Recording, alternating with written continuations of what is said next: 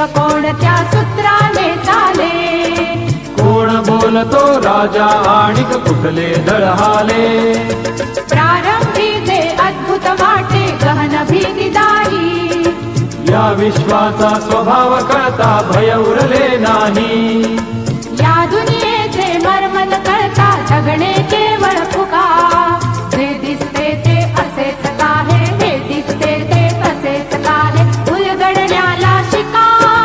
डोळे उघडून बघा गड्यानो, झापड लावू नका.